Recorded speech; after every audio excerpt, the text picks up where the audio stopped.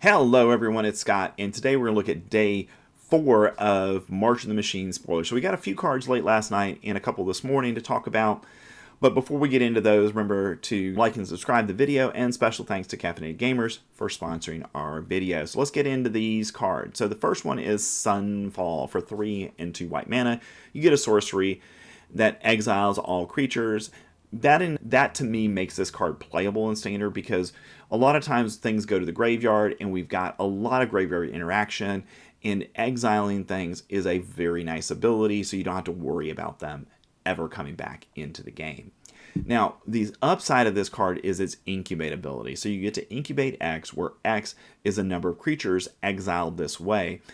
And that could be potentially 5, 6, 7, maybe more, that you're going to be able to incubate this. So you're going to have to pay 2 mana later to get a large creature that's 5, 6, 7, 8 power that you can then attack very quickly with to defeat your opponent. And I think that is going to make this a card that's definitely going to see Standard play in a variety of decks. You know, if we have a dedicated Jeskai control or a Azorius control, I think this is going to be a card that they're definitely going to want in the deck. Next, we have Tiller of Flesh for 3 and a white mana. You get a Phyrexian Knight. That's a 2/4. And then whenever you cast a spell that targets one or more permanents, you get to incubate 2. So I'm not seeing this as something that would see a lot of Standard play, but I'm wondering if 1 or 2 copies might want to go into the poison deck, because there's a lot of spells in that deck meant to protect the creatures that you have. So that in and of itself is going to give you a way to create consistently, these 2/2 incubated creatures. And as a result of that, I think 1 or 2 copies might fit into that deck. Outside of that, probably not going to see much play at all. Next, we have Change the Equation for 1 and a blue mana. You get an instant that either counters target spell with mana value 2 or less, or counter target red or green spell with mana value 6 or less. So I think this is a sideboard card, and if we get into a meta where there's a lot of green decks and a lot of red decks that are out there, then I think this is something that will be easily brought into your main deck from your sideboard. So I think it's a 2 or 3 of in the sideboard, and possibly even main deckable if we have a format where we're seeing a lot of 2 mana cost creatures or less that are in the format. Next, we have Mutagen Connoisseur. For 1, a green and a blue mana, you get a Boldokan Mutant who is a 0/5 with flying and vigilance. And Mutagen Connoisseur gets +1/+0 for each transform permanent you control. So we've got these transforming double-face cards in the game from this set. So in a deck that's really dedicated to that, I can see this maybe that would see play in that.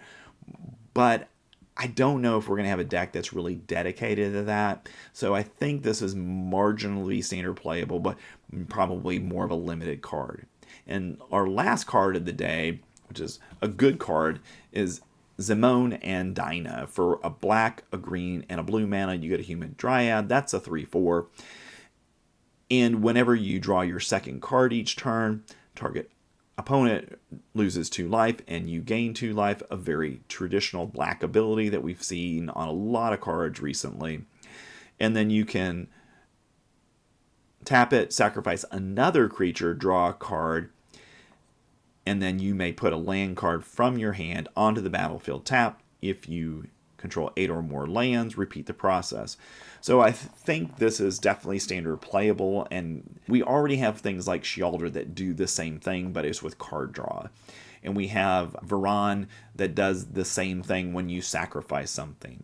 So I think you'll be able to put this into a deck that has enough synergies with it that you're going to get this trigger multiple times per turn from different sources. So this, along with, say, a Sheoldred, say with a Varan, could very quickly drain your opponent of all the life. I can see Phyrexian Arena being a part of that deck as well, because it guarantees you another draw every turn and you don't have to sacrifice something. So as long as we've got a deck that's reasonably costed, that you can kind of get a bunch of things out quickly, that can then either take advantage of this ability by drawing cards or by sacrificing creatures, I think you're going to see this as something that will definitely see standard play, and it'll be interesting to build around it. All right, so that's our video for today.